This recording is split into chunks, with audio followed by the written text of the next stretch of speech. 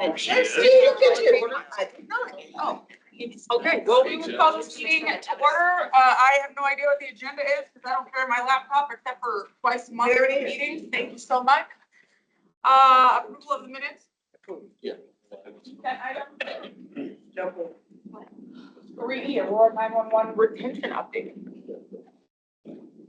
So that's on consent, but obviously on any of those, if there's questions, you let us know. We can join any of those. Obviously for the retention things we can do, as well as our crime suppression, any of those questions on any of those. No, item, so public safety action. Okay, so we can jump into the public safety action plan. Our first item is both staffing and training. Chief, can you give a quick update in terms of where we're at both with the academy staffing as well as the upcoming academies? Right now, again, as far as our attrition rate, good morning, everybody. Good morning. Yep. Our attrition rate right now, year to date, we're at 35.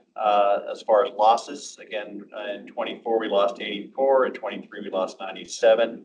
Our addition rates, we have 55. I'm sorry, can you attrition for year to date? Year to date, attrition right now, losses is 35.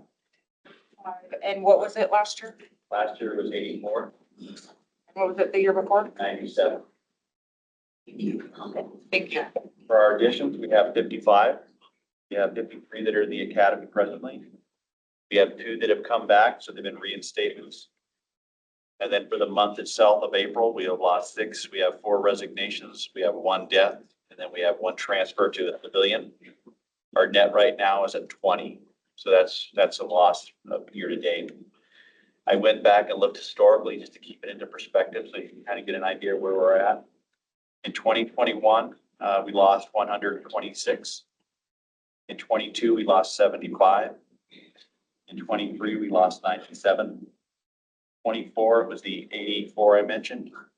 And right now, year to date, like I said, we're at 35, which is basically the same as where we were last year at this time.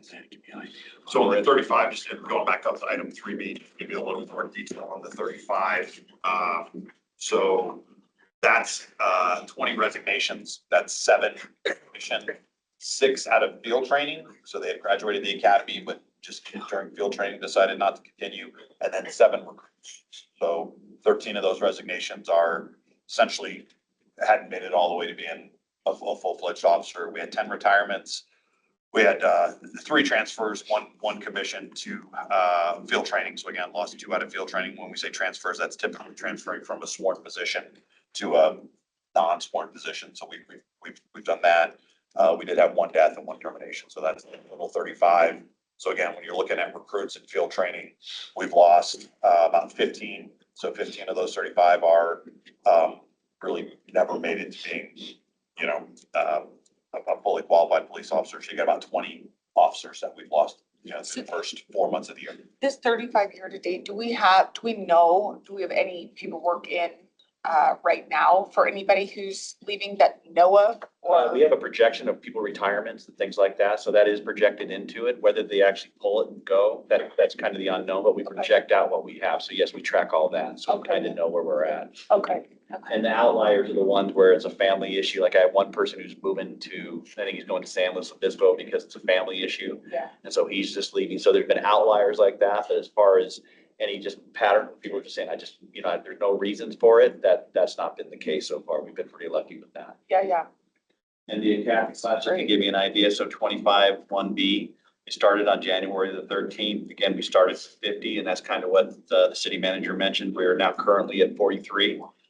Their graduation date is July the 17th, 2025. And again, I know it looks like you say, well, okay, we started with 50 and we're at 43, so that's a number of personnel we lost. It's a higher number, but then the class is much larger too. So percentage wise, if we started with a class that was 20 or 14, which they had been doing, they'd lose 1 or 2. So percentage wise, it still balances out the same. It's just, we had a big class that started, so that's where those people dropped off. Yeah, when I went through the military police academy, we started with 120 and we graduated with 72. Yeah. Yep. Some people just can't hack it. Yep. So. And then we have 25 1L, which is the lateral class. We have a total of 4 that started that, and they should be graduating on March 13th, 2025, which they did. And they're going to be completion of their, they completed their FPEP. So we're in a good place with regards to that as well. I wanted to bring something up actually about this, and I want to say this publicly. It is disturbing to me what Denver is doing. And I have recently received some phone calls. Denver, what they're doing right now, the Denver Mayor Mike Johnston went to the union, the police union in Denver, and said to them, how many cops will I lose if you guys don't get any pay raises this year? And the union responded, several. He's also looking at I know that Denver Fire is in arbitration right now. So Mike Johnston is working towards not giving first responders in Denver any kind of pay raises. He also cut their mental health support. They had unlimited time that they could go speak to a therapist if they needed to, and he cut that down. They get 1 hour a month now. That's it. There are several looking to leave. I've personally received phone calls from some Denver cops and from some Denver firefighters. Chief, I texted you about one of them. I don't know where our recruiting team is at right now or what they have going on. But I think Denver might be I had a Denver officer tell me that he already looked into if they come to Aurora, we have some sort of a program where they can buy back their ears. These are things I don't know, but they're looking into it. So we're definitely being looked at right now. I think this is a good opportunity for Aurora to potentially pick up several laterals. They pointed out the bonuses that we're offering. So again, Chief, I don't know I know fire is a little more fully staffed, but the Denver fire guys are pretty upset right now. Denver police, very upset. So I don't know if recruiting has some events or whatever they have going on, but if there's a way, to send a recruiting team out, and go talk to some Denver officers and see what we can do. Like I said, I've received several phone calls. They're pretty unhappy and they're looking to leave, and I know that they're looking at us. So, cause they told me about what we're offering to buy back years. I mean, they were giving me knowledge. So we're definitely being looked at. I would just like that passed along to the recruiting team. That we may have an opportunity. Yeah, they're very upset. And we always look for recruits from laterals. We've actually modified a little bit without going below the standards of physical fitness for lateral recruits. So that's something we modified because we were getting some people that weren't have a desire to bounce over from another department into here. So we've modified things. We are heavily looking into that.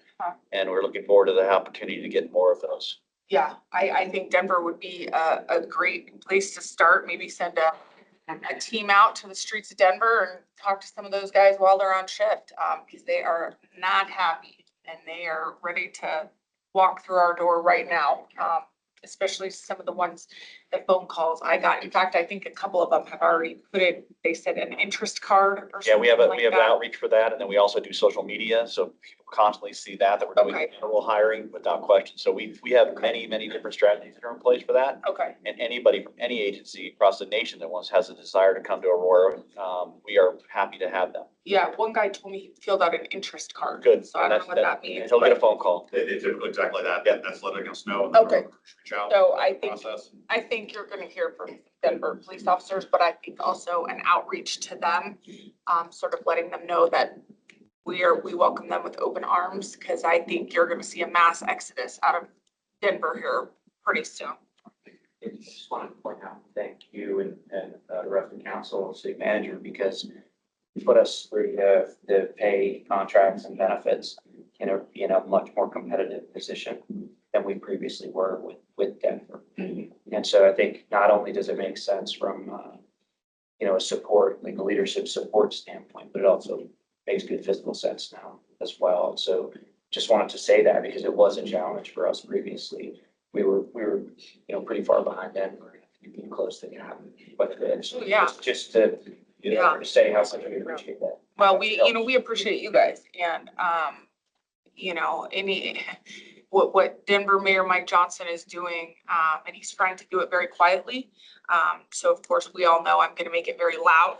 And I hope to pick up, that's your shock face. I hope to pick up several, Denver officers, if we can, and whatever we have room for in fire. I know, fire, we're overstaffed. I'm still waiting for firefighters to moonlight as police officers. So we may or may not have room for Denver firefighters, but if we do, that would be great. And Candace, your team has connections with Denver Sheriff's Department.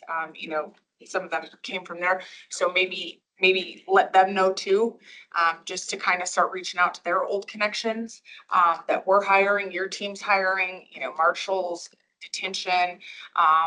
Let's get our departments filled up. And let's welcome these first responders from Denver with open arms. Because what they're going through, at least the phone calls I've gotten, what they're going through over there and how they're feeling over there is not good. So I think we have an opportunity to get every department filled up here. So just wanted to put that out there with these numbers and with the lateral classes and stuff like that. I think we have some real opportunity in front of us. Any other questions on staffing, or there's also the training numbers in here, any other items on section 1 of the public safety plan? How many, what are we looking for the June basic academy? I think again, we're probably in that 40 range, give or take. I think Yeah, right now we're at about 33 as of yesterday. Okay. And we're still working through some issues with civil service. That's actually been some of the hiccups in relation to background checks and things like that.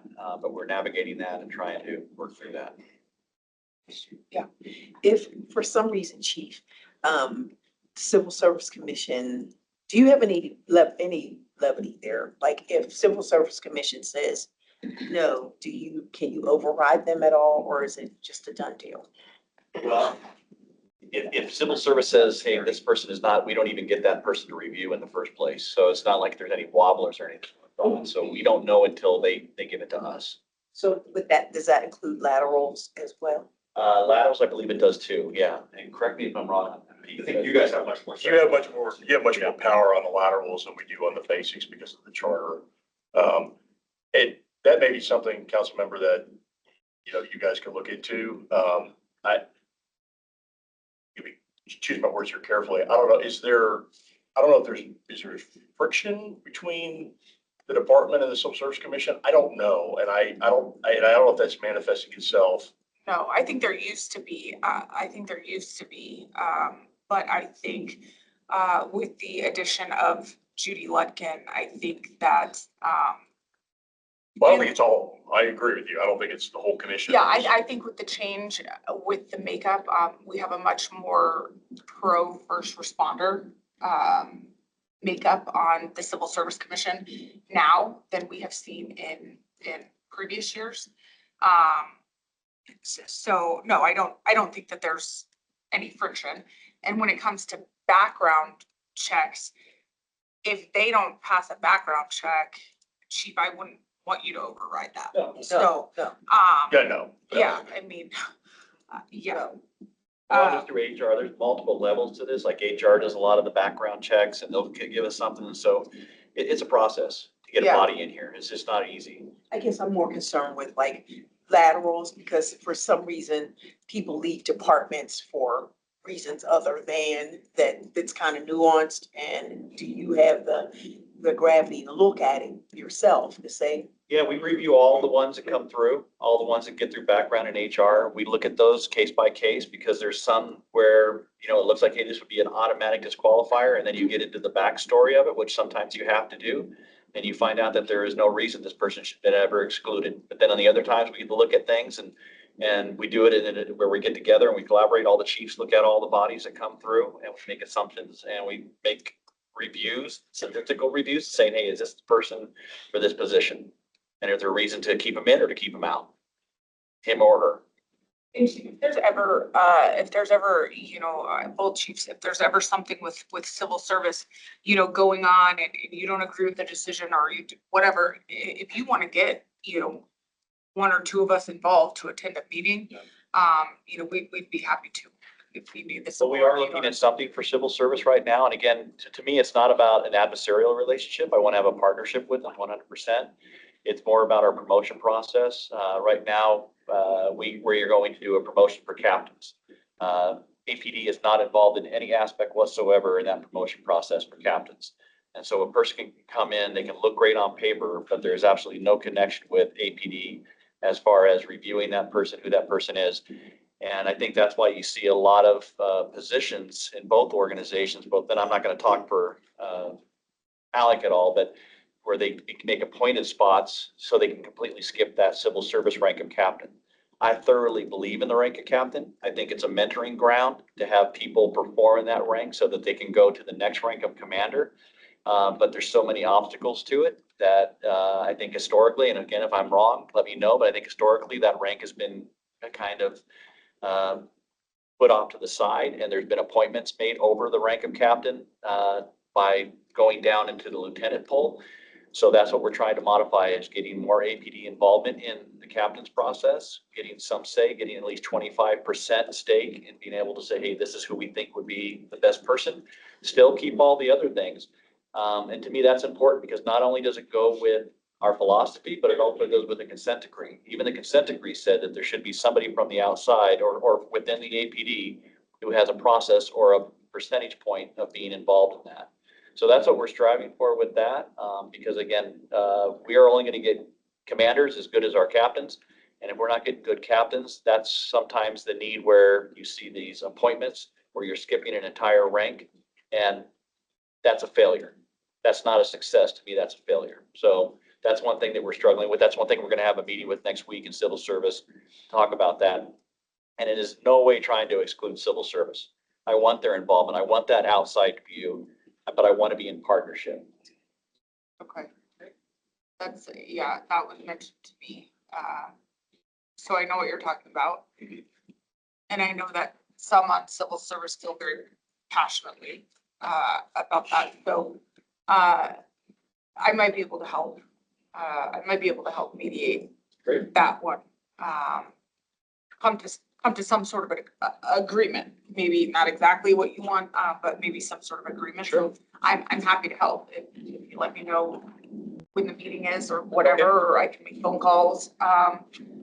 Yeah, because I mean, I would agree. I've seen promotions going down into the ranks of lieutenant, and next thing I know, they're a division chief. Yep.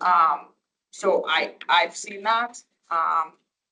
So, yeah. Tuesday at 1 p.m. I think, Tuesday, 1 p.m. And again, I don't want to circumvent the ranks, okay, and I don't want to circumvent the system.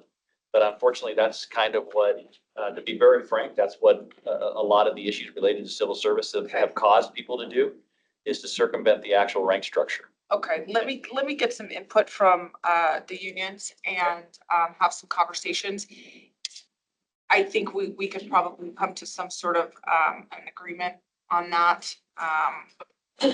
Yeah, let me look into that. It's in the Aspen rooms right next to the cafe at 1 o'clock. The second floor? Yes, ma'am. Okay, At 1 o'clock on Tuesday. all right. Let me see what I got on my I calendar. think chief but I've got- captains is on the agenda again, Yeah, right? it is. Yeah. It's for 2 items. One is the education level. I want to have them have ASs instead of BSs or BAs. Because I still think that excludes some personnel. And again, I'm I not love trying to that. exclude. That's the whole program. We started before you got here with the Community College of Aurora, is to get these folks associate's degrees. I'm not talking for the staff, but for captains, or they had to have a BS or a BA to be able to take the captain's test. Oh, Lieutenant's only required an associate's degree. Captain's required a bachelor's. So with that, you've got a different oh, requirement. I love that. Are you getting any pushback on that, or? I am, not a lot. We're gonna do a vote on Tuesday, but that's what my recommendation is. All right. Because we're kind of Let me- excluding some people that have very good, knowledge of the agency, the organization. They have leadership capabilities, and they're getting excluded based upon their education. Well, And I haven't seen a department that put it at that high level for a captain's rank. okay, let me check in with, the unions. Okay. And just get some input, and then I would be happy to attend and see about mediating that situation for you, but I've got it written down. Okay. Jason? Next one. Yep. Okay, item 2, on the crime, chief, you gotta go ahead and touch in on the crime piece. Crime, actually, again, those numbers, I think really, the city of Aurora and Aurora PD are actually in a really good spot right now. Our crime numbers are down 22.8% overall. Last year at this time, we had 4,662 victims of crime, which included violent and property crime. At year to date right now, we have 3,597 victims of crime. That's a reduction of 1,065 individuals that were not victimized by a crime. Again, our glaring numbers, what I think are really positive and where we are at is our motor vehicle theft. We are down 482. Last year at this time, we had 1,216. This year, at year to date, we have 734, which is a negative of 482. On our homicides, again, another positive thing, we are down 6 in homicides. Last year at this time, we were at 14. This year, we're at 8. Besides just the homicides themselves, I think what's really important, we're at 100% clearance rate. All of the individuals have been identified and detained. So everybody involved in the homicides have been taken into custody. So very positive. Big thing too, I think, to kind of say on our motor vehicle theft was the pursuit policy, the modification to that. Right now, we have had 27 pursuit policies since the modification, the policy. And out of that, we have had no injuries, except for one, which was the rollover because it was a attempt homicide on a police officer. All the others, no injuries at this point. All of them have been stopped within 2 minutes.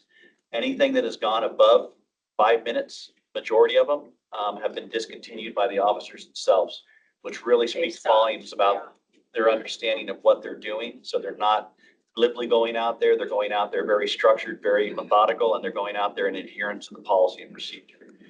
Almost 85% of the individuals that have been taken into custody on these 27 pursuits related to the stolen vehicles, they all have prolific felony crime criminal histories. Yeah. Prolific. So that has been one of the really big aspects of success of where these numbers at. But again, we are right now, and I really want to celebrate this because again, that's a good number. That is 22.8% reduction in crime year to date. And that is a very, very positive number. 0.8% reduction crime year to date overall. Overall. And the average over a 5-year period is 5,327 victims of crime. That's a baseline of crime. And again, right now, like I said, we're at 3,597, so we're down 1,065. And to me, it's like I always say, and I know it sounds redundant, they're all numbers and they're stats, which a lot of people get turned off about. But those numbers and those stats are a human being. So that's what's huge. Do you feel like, Chief, because a lot of the pushback I get is that, oh, you can show us these numbers all day, but, this is just what APD is responding to. Do you feel like, the last academy class that graduated, having those FTOs out on the road, do you feel you're responding to more calls to be able to have more data now? Because that was the argument before, is if APD just isn't showing up, we're not showing up to any calls. Got a masked man at my front door with a gun. I call APD. APD never came. So obviously those types of incidents wouldn't make it into our data. Do you feel like we're responding to more 911 calls? We're responding to about the same number of calls. Last year at this time, we were at about 60,000. This year, we're at about 60,000. But I think what we're doing more of is more proactive policing. And that's been the difference. Okay. That's been the reduction in the crime, is the officers feel more emboldened to go out and do the job. We have our increase in trespass. We have an increase in traffic summonses. So again, those are the things to me that are kind of the telling story of what we are doing, is our officers feel more emboldened to go out and be proactive and make contacts and make stops. Again, these pursuits, these 27 that I mentioned, these are all for stolen cars. 6 months ago, those pursuits would not have happened. Those individuals would not be in custody. 27 pursuits since you enacted that policy. Yes. And another thing that's modified again, where people are saying, I'm calling the police and they're not showing up. I think you guys are aware of it. It's been about a month now. We modified the process or the policy for responding to calls for service on priority calls. So you may have seen more black and whites responding code 3 with lights and sirens on. And that's what we did as well. So again, the calls that they did not respond to code 3, they are now responding code 3 to many of the high priority calls, which has been a huge change. Which one, it's like I mentioned in my last conversation with everybody, it kind of details the fact that law enforcement is out there, but 2, it's also bringing down our response time. And those are 2 incredibly important things. If our response times can go down, then that means our officers can handle more calls for service. What was happening is the queues were full and they would just go to the ones that were priority, but they weren't getting there as quickly as they could have, and they weren't addressing the problem as quickly. Okay. So those are the modifications. And we have 8 in our traffic unit, right? Or we're Yes. spotted for 8. Do we Yes. have 8 in the unit? Right now for traffic, we have 5 that are traffic investigators in our Met team. We're down 8. We'd had 13 and we're down 8, so we have 5. So those are the numbers we're looking at. We're down a little bit on both of them. Yeah, but you're thinking once some of these officers get through FTO and they all funnel into patrol, maybe we could put 1 or 2 guys Yeah, onto traffic. Okay, wonderful. absolutely. Okay. Well, Wonderful. Uh-huh.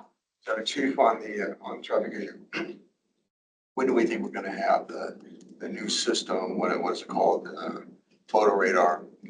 We have that out now. We're looking at 2 vendors, and we're not doing an FRP on it. Yeah, we're just doing an RFI on it, but we have the 2 vendors and we're hoping soon. I had to transition that, obviously, based on the incident that occurred last week with Chief Cernich. We now have to modify that and give that to somebody else. We're navigating that. We already talked about that last week, but we are moving forward. And this, And we're hoping it's cost neutral. That's the big thing, yeah, is that it's cost neutral and that I don't have to put a lot of people to staff it. That's what we're looking at these 2 organizations and these 2 companies now to find out that they can do that. We have one that looks really positive. The other one's kind of, we're still navigating that a little bit. So how much would you say that's a force multiplier in terms of how many, in terms of enforcement? How many officers would that equate to, would you say? I really don't know. That would be a speculation, and I don't really feel comfortable giving that. But I think as far as an awareness to the community, once it goes out, just like photo red light, again, the community's going to be aware of it. They're going to understand it. Whether they buy into it or not, I don't know. This could generate up to 1,000 citations like in a day or something. So you're going to have a lot of people that are going to be pretty upset at the initial stages of this, because you're going to be generating a lot of speeding tickets, a lot of things, the way we put them. If we look at where we're going to put them, obviously we're going to put them at the areas that are our highest crime crash locations and the highest speed venues. So again, that, as far as a number of saying what it can do, I don't have that. I don't want to give you bad information. Before we move on real quick, the other one, just while we're here, I'll touch on, just because I know this, you all have interest in it, in terms of the ordinance 134-37 regarding tows for vehicles that don't have registration license, Yeah. or that the numbers are through April, we've towed 565 vehicles. So that's 135 in January, 139 in February, 166 in March, and 125 in April. So those are folks that, when we contact them and they have no valid registration, no license, and no insurance, the ordinance says shall tow.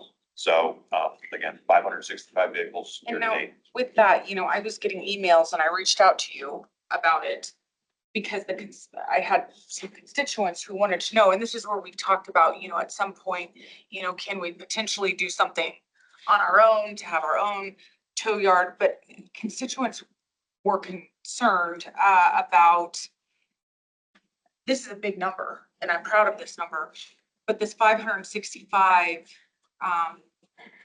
towed, it's hard to make an assumption here, but my guess is most of these are not being picked up.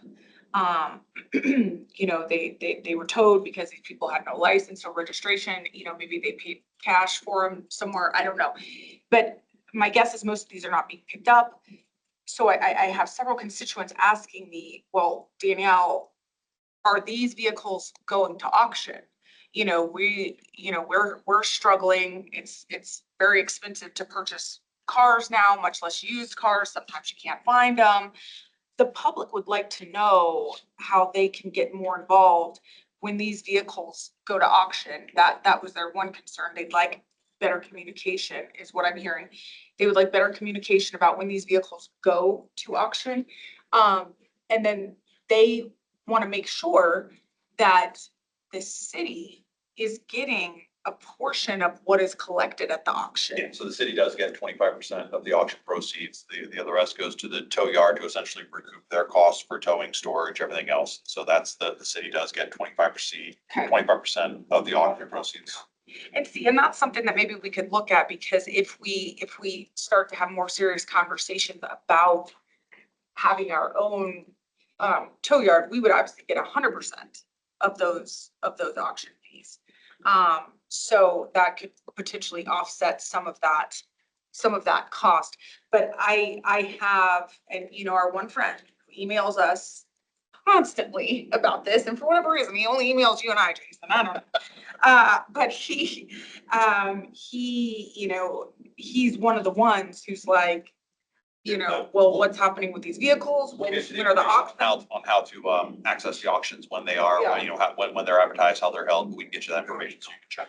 I'd like to make sure that the people of Aurora Okay. really know about these auctions. Cause you know, I had a lady reach out to me and is like, I'm trying to figure out how I'm gonna get my 16-year-old a vehicle. I don't have much money. You know, the people of Aurora are really interested in these auctions. Okay. So, Up to it. Mr. Mayor. So, Jason, how long do we hold them?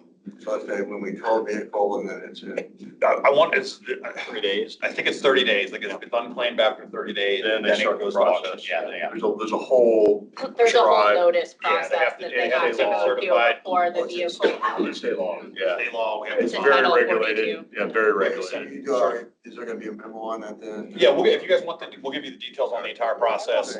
We'll get you the numbers on what our auction proceeds amount to historically. We can do all that. Yeah, it's very regulated, so we'll get you the info. I mean, I have people ask me, you know, out of 565 vehicles, if even 350 aren't picked up after 30 days, that's a huge auction. Yeah, And I and think the it- people of Aurora should have an opportunity. And there are auction yards for across the state. There's a website process. We'll get you all that information. We don't do it here. We're not No. doing it here. We need to be doing it. The people of Aurora need to No, know. we do. I mean, there's auctions that go on here. Our officers Yeah, actually they're- working they're- off duty. Yeah, I mean, they're doing the auction. But the advertisements, There's no advertising. right, and we need it, we'll coordinate with our in-town yard. That's what I'm saying, is I've Yeah. had people start, You- since this was passed, I've had people start asking me what's happening to these vehicles, when are they going to auction, how can we find out about the auction? I would like to come. I've had all kinds of people reaching out to me, wanting to know what is happening with these road vehicles. Yeah, we'll get you a memo on it, so you guys have all the information, website info. I mean, it's a very prescribed, standardized process by state law, so we'll, If we could just get that Yeah. and put that out Yep. to our constituency, because they're looking for used cars and, you know. Interestingly enough, going back to one of the other conversations, part of the state law is you have to send certified registered mail to the registered owner. So if the registration's not up to date,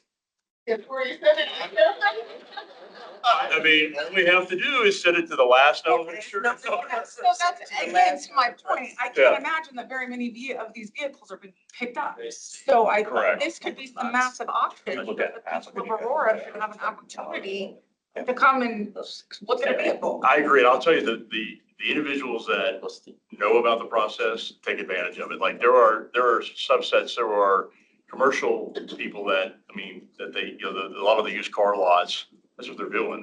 They know the process for all the cities, all Well- the big cities. But I agree with you, I Let's think, get the people of Aurora involved Perfect. and give them an Yep. opportunity to purchase a vehicle and not just all of the used cars. That's Taking a dollar. we get you the info. okay. Perfect, thank you. Item 3 on youth violence. Lisa, I see online, you want to go ahead and give the update or? I'll do it and if there's additional questions. Okay. Lisa's not in the room. I think just of note, a couple highlights here. 49 custom notifications. Again, those are what we do on Wednesday nights, going to the homes.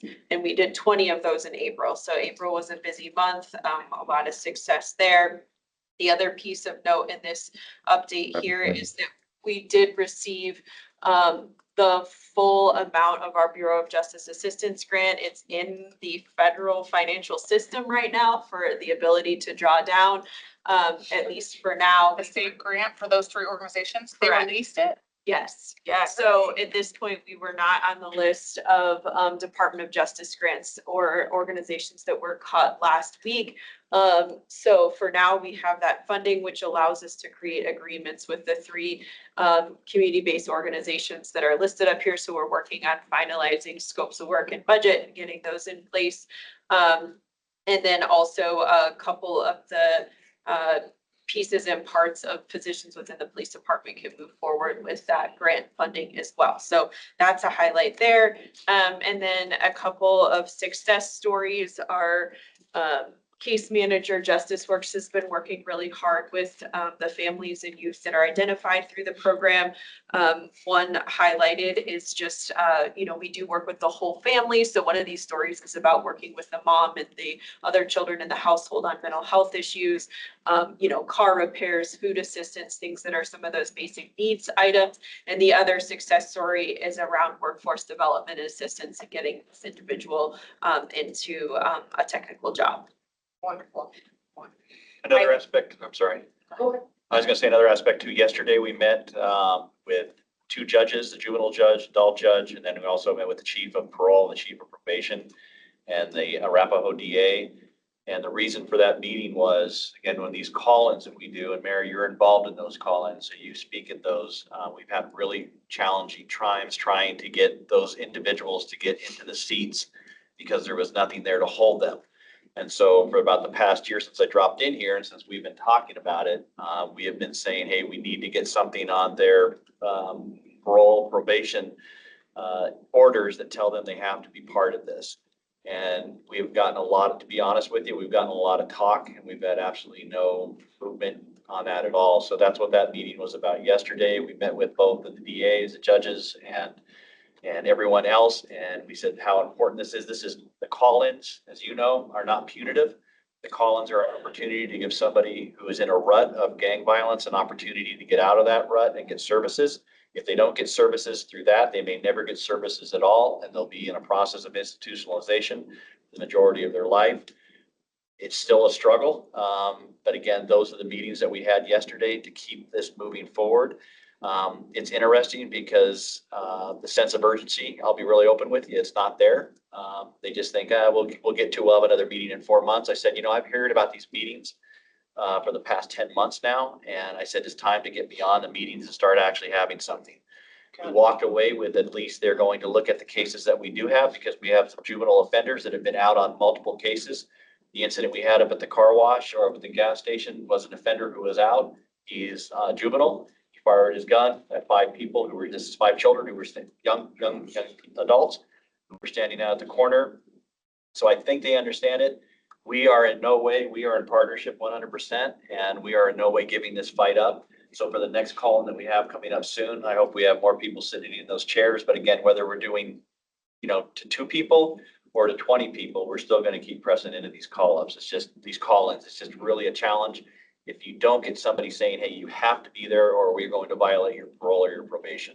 Yeah. And that's been the challenge of all this.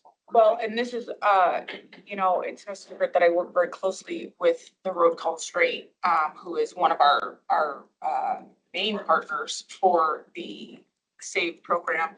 I know that they are absolutely willing to send somebody to court, when a juvenile shows up, in court. And I'm working with Jason to get them into the old Hornbein building. I sent Jason a picture this morning. The homeless have come back and taken over this building completely. So we are in a rush to get this building activated.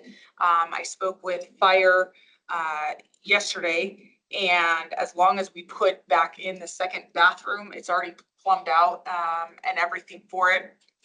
I don't know why someone ever tore out the toilet and the sink in this building.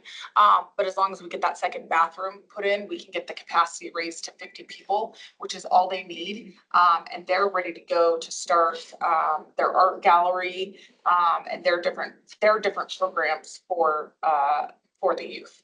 So I know that they're, are within the city are working very quickly and Struggle of Love is in the same area. As where the Road Called Straight will be moving. So I know that on our end, we're moving fairly quickly. to get everybody activated on this. Question. Yeah. So Chief, and maybe Judge Day, somebody can answer this for me because I'm trying to wrap my arms around it. We cannot mandate these young people who are in the system because of crimes to be in the program. They get to choose whether or not they want to participate. That's correct. It would have to be some motion on their parole or probation status that says they have. Police to attend department this meeting. cannot mandate parole, probation. They can. A judge can. Judge. So A judge can say, hey, a part of your thing. And again, that's unique to Colorado. Again, I've done thousands of call-ins. And I've witnessed thousands of call-ins across the United States. Colorado is the only one where it says this has to be some unique thing within their statutes or within their motions to have them attached and go to these things. When someone's on probation or parole, I'm used to somebody saying, hey, you're on probation patrol. You have to go to whatever meetings we tell you got to go to, and you're going to go to this call-in for ceasefire. That has been the impediment here. For some reason, there's an ideology or a philosophy where it's like, well, we don't want that to happen, and it has to be incorporated into their release term or the release term or their probation or parole, status of what they can and cannot do. So we are trying to navigate that and to try to change that. The PD was in there, the public defender was in there yesterday too. So we had all the players in one room for the first time. And even the judge of juvenile who looked at our list of people we want to call in from our juvenile list, she said, hey, I wasn't even aware any of these people are on there. So she said, we have a miscommunication problem between probation and her shop. So even that was a success yesterday. So it wasn't a failure. We're going in the right direction. It's just been a lot more challenging than any place I've ever seen before. that is incredible. That's the first time I've ever heard that. I thought you automatically had to participate in some kind of diversion program if you're on probation. You get to pick? That's wacky. A judge can direct sentence Yes. somebody to specific conditions of probation. The parole board would also, as a condition of any consideration for parole, would also have that same consideration. It's all mandated, at least but for this particular program. I think it's really limited by statute, but a judge would have the authority to direct sentence somebody to a particular program as a direct part of whatever sentence is imposed. That's that. Which is great in the, which is Judicial, great or in is the that long you? term. I'm sorry. I'm sorry, not you, I apologize. It's great. That's great in the long term. But the lack of urgency right now, where there's people that are out that should be sitting in those chairs, should be getting those messages, and yet they've been involved in, again, like the 3 week did a call in, what was that? February. The three they had, and I brought this up to the group before, is that they were somehow connected to 25 different shootings. And those are the individuals that are still out there. Those are the individuals, a list we have for our next call in.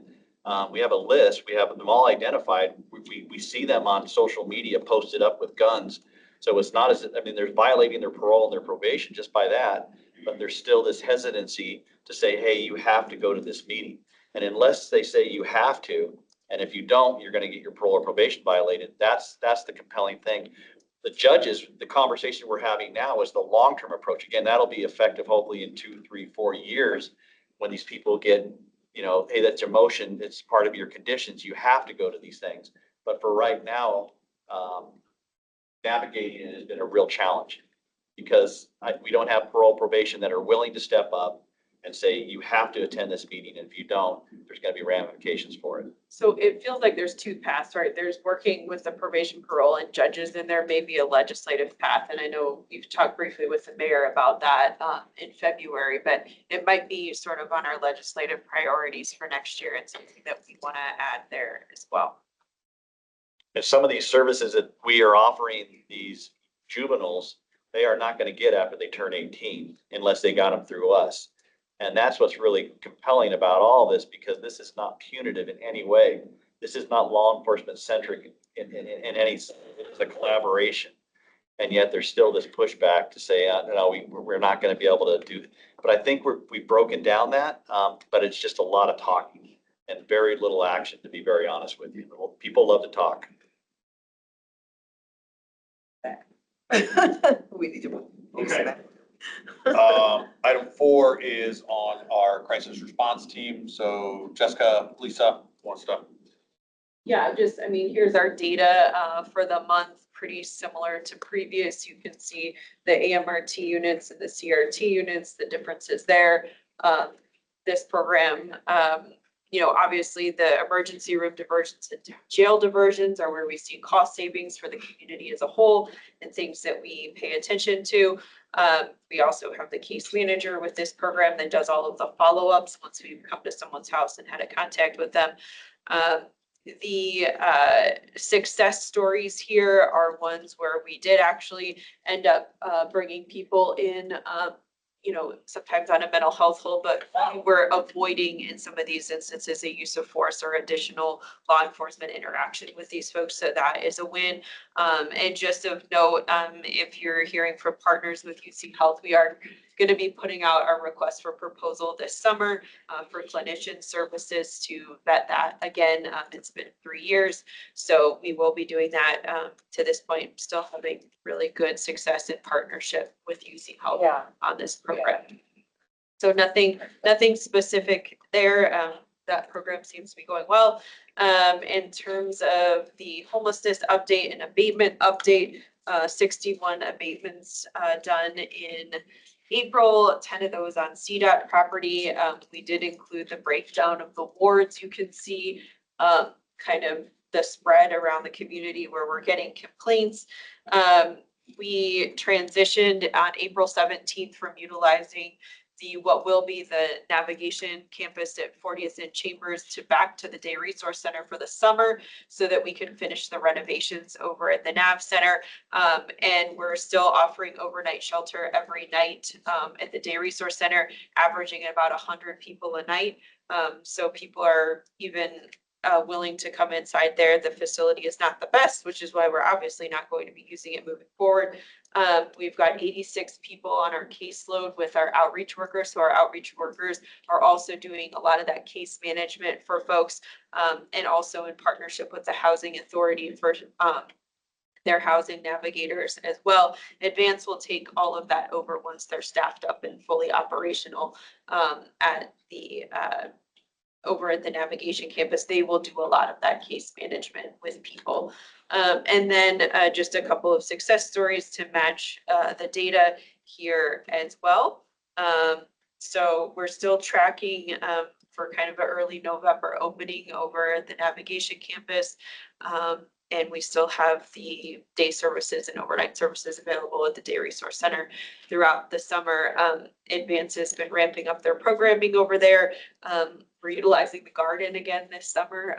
That's something that was utilized several years ago that had kind of fallen off over there. So trying to get people really engaged in services while they're there, and hopes the swamp cooler works this summer. That's always in fingers crossed. So, okay. Just a quick question. So we are doing 24-hour right now at the ADRC or not? Mostly 24-hour. They have folks leave late afternoon for kind of a cleaning, and then in the morning leave, but it's a short amount of time. But essentially, yes, they have things going on. It's closed on the weekend. So we're doing overnight, but not day services on the weekends. But it's overnight, 7 days a week. And that's gonna be through the summer, okay, all the way up till. Until we transition, yeah. Just, I have a question. This presented itself to me and then made me start thinking, the whole point of our navigation campus as a work first program. I encountered a gentleman who is in his 80s. And he's homeless and his social security is about, I don't know, $1,400 a month. That's why he's homeless. What's gonna happen in our program? I mean, of course, he would want to go in, he would want to follow through, but he's not gonna get the incentives, right, to build a resume and then go get a job. And I mean, he really is past the age of being able to work. So what is gonna happen to the elderly population that we bring into this work first program? Yeah, so I think it's sort of the approach is all services are going to be offered there, right? And so we know that some people are not eligible to work. They may have a physical or mental disability, which inhibits their ability to, be fully in the workforce, obviously. We work with these clients all the time now anyway. And so what they will do is they probably come in under the tier 1, move into the tier 2 part of the shelter if they're engaged in working with case management and housing navigator, and we'll work to get that person housed, work through, the voucher system, or figuring out what other income they might be eligible for, to be able to move into an affordable housing unit. I have this gentleman's son email you, Yes, so that's what I'm talking about. yes. And so he, Did respond, yeah. yeah, so, okay, so that's good to know. So if he, Not everyone's going to be able to work. We've had a lot of Yeah. conversations about that. Probably a line tech unit that's, gonna have, Yep. they're gonna be at 30%. I'm assuming 1,400 a month is probably a Yep. 30% Yeah. AMI unit, so. We have 2 senior affordable housing projects coming online, one over here at Yeah, Metro right. Center, and then Restoration Christian Ministries is building one on their property. So that's the type of unit and project that a person like that would move into, that still has services for seniors on site. so we will make exceptions because for others, we're saying, and the whole point of this was this, they cannot stay at the navigation center long. They probably, what I heard Justin say, they probably wouldn't progress to that third tier. He probably wouldn't get a hotel room, because that is Okay. for folks that are in the Right. workforce, and we wouldn't want to violate that portion So of they it. would get to tier But 2. the elderly would be able to stay in tier 2 until we have some of these affordable senior housing Yep. projects built. Yep. We would keep some space. And we have other units today that, are specifically Oh, okay. for senior housing that's affordable. So And we would work did you with respond to this man's son Mhm. at all? Okay, Yes. okay. Yes. Then I'll circle back with him because that's the man that I'm talking about. He called me, he said my dad can't work, but. Yep. Okay, then I will follow up with him because I said we have this navigation campus. That was the best I could offer, so. Right. I did. Okay, perfect. Good to know. Just to give you some information, again, obviously, we're in partnership very much so with them.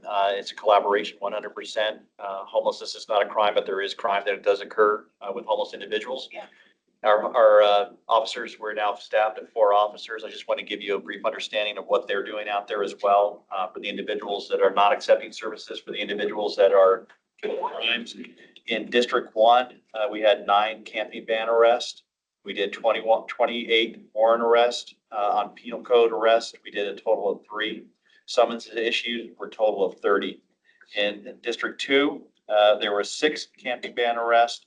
There was 23 warrant arrests. There were 9 PC arrests, and there was a total of 15 summons issued. In District 3, there was 2 camping bans arrests, 9 warrant arrests, 0 PC arrest, and 10 summons issued.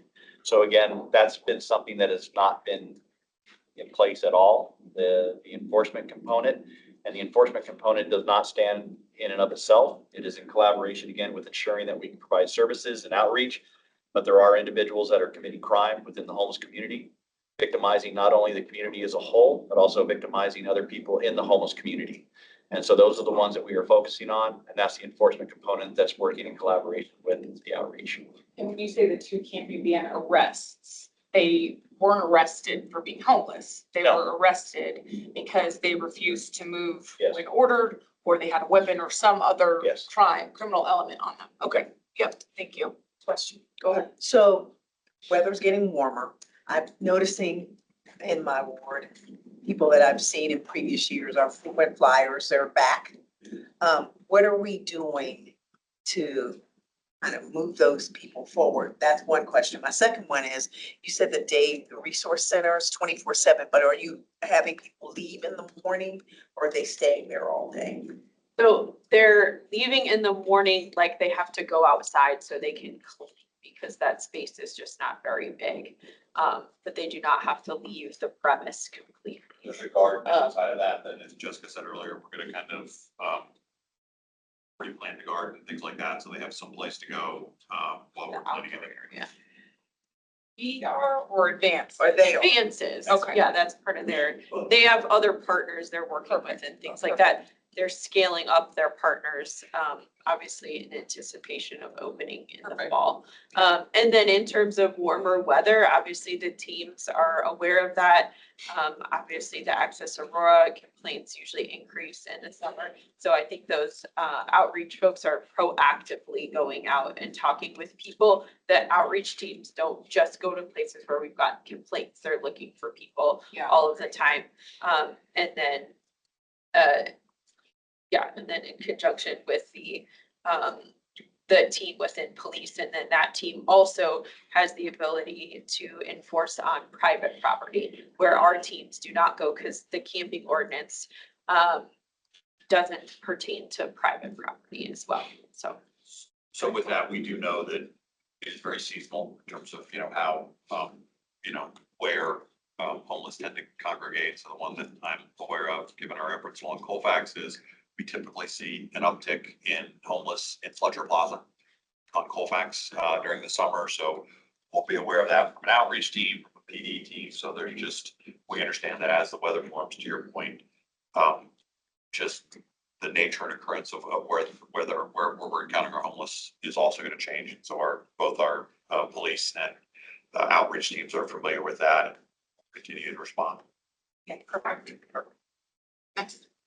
That's it for the outreach team, or I'm sorry, for the plan. And so if there's any other items for discussion, or I guess if you want to, we can also do quick updates from around the table. Yeah, so miscellaneous matters for consideration. Does anyone or any department have anything? Oh. I knew it. Oh, Everybody looked at Alec. oh, man. I'm starting my timer. I'm starting the timer. Got it. 3 new captains in the fire department, Captain Ben Pfeiffer, Dan Paulette, and Brad Racine, all 3 amazing humans. They'll be assigned to stations this month, so congratulations to them. Time sensitive Camp Spark registration is open. You're all familiar with Camp Spark. It is generally for young women, age 12 to 18. Really is about empowering them. It is Friday, July 25th, ending Sunday, July 27th. And it's pretty cool. So send people to auroragov.org/Camp Spark and they can register. It is limited to 30 campers, so register early. Saturday, May 17th, we are hosting, again, in partnership with the Aurora Rotary, the Fire Safety Field Day.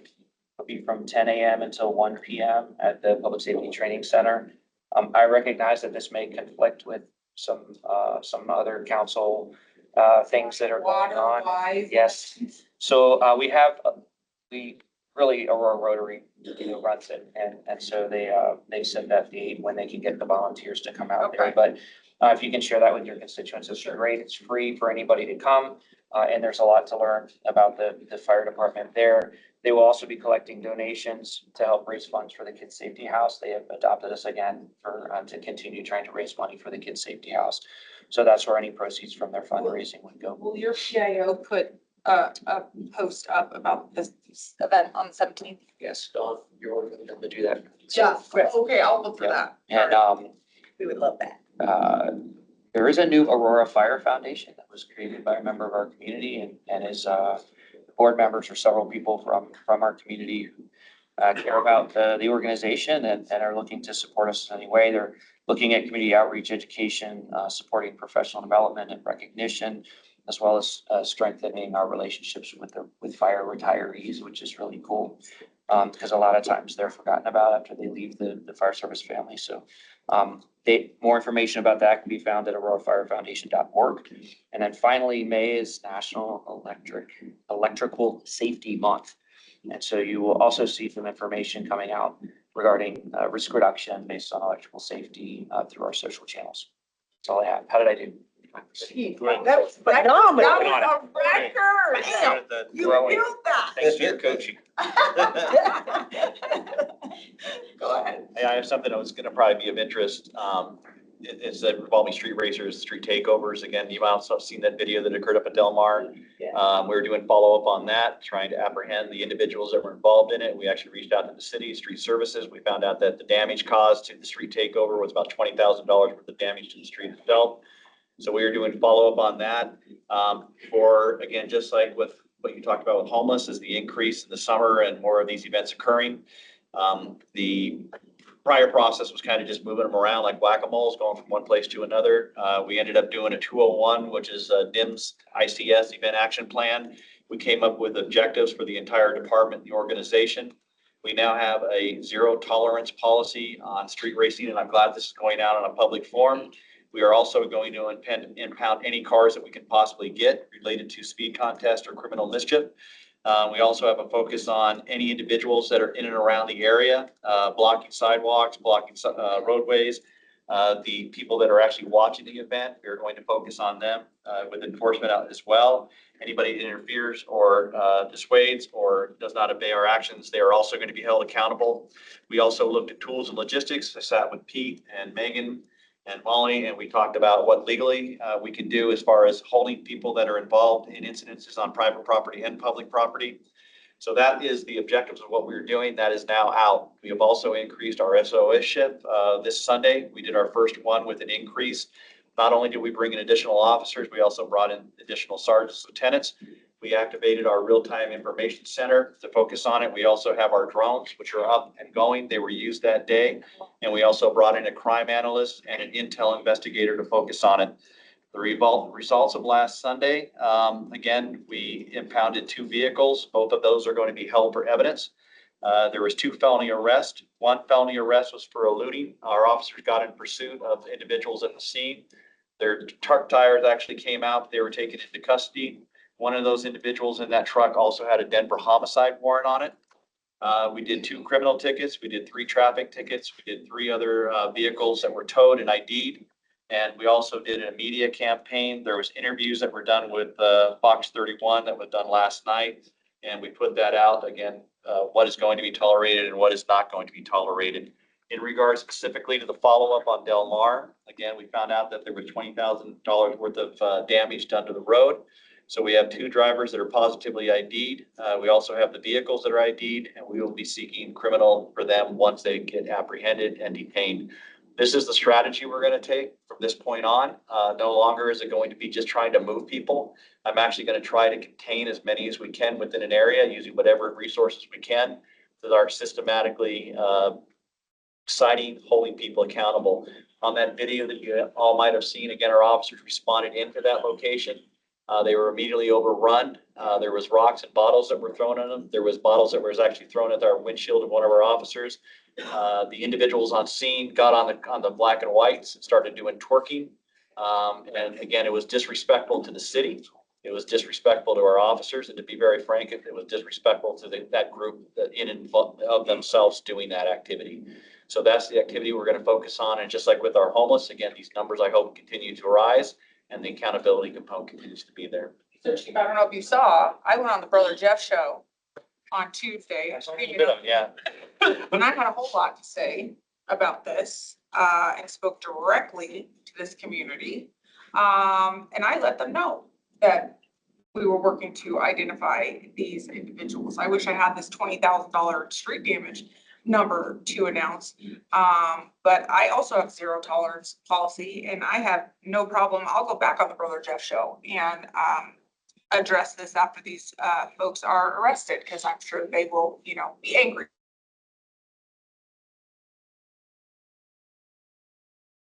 I found it absolutely terrifying. And I have let that be known, and I went and went on the Brother Jeff show and addressed that community directly. So. And Madam Chair, I'll also, I've directed the criminal division of my office to be very aggressive on prosecuting the cases that the PD sends over on these. And I think with my fellow appointee, Judge Day over there, I think you guys, council is sending the direction that you want these prosecuted and handled. And this will come out in restitution, right? This 20,000. Well, let me, Judge, someone. so here's the deal. We're going to have some communication. I'm going to have some communications with DA Patton, because the last time we did this, they didn't think we sent the numbers over. The chief wasn't here, but a couple of years ago when we had the drone up and we had the wheelies in the parking lot, we sent it over to the DA's office and they dropped the charge. And so we're gonna need your help and to meet with the DA and say, look, this is a serious problem that's causing I'm taxpayer. happy to attend that meeting. Okay, so but yeah, there should be restitution if they can pay it, but it's a felony. I mean, the level of damage that they've done, so it'll be at the district court level. But I'm hoping that we don't have the same result that we had the last time, so. Okay, please let me know when that meeting will be scheduled Yep. and I attend that meeting because I want restitution for the $20,000, so. Thank you. I don't know if anybody else has any other miscellaneous matters for consideration, but real quick, I want to say, someone done? Oh, yes, go ahead. Sarah with Aurora 911. We're in the final stages of our police protocol for call taking implementation. So we are set to go live May 27th at 5 a.m. And throughout the month of May, we are touching base with every briefing, every shift, every briefing to do just a brief training and explanation to patrol so that they are prepared. Wonderful. Yeah, and it sounds like the relationship is becoming Well, they've been great partners. yeah. really, really good with our first responders. 911, I matter about that, so thank you for that. For me, it is National Corrections Officer Week. So our detention officers, I go visit them frequently, voluntarily, not by arrest. I love them over there, so please send my love to them. I sent it to them on Monday via email. But please just remind them that they're very much included as first responders in our city and we very much care about them and their needs and everything that they're doing for us. So that's the last thing I have. Does anybody else have anything for miscellaneous matters? Hi, Hunter. I didn't see you back there. I was talking about you earlier with the whole bathrooms thing. Oh, it's good to see you, Hunter. Okay, the next meeting will be June 12th, 9 a.m. right here, and this meeting is adjourned. Thank you all so much.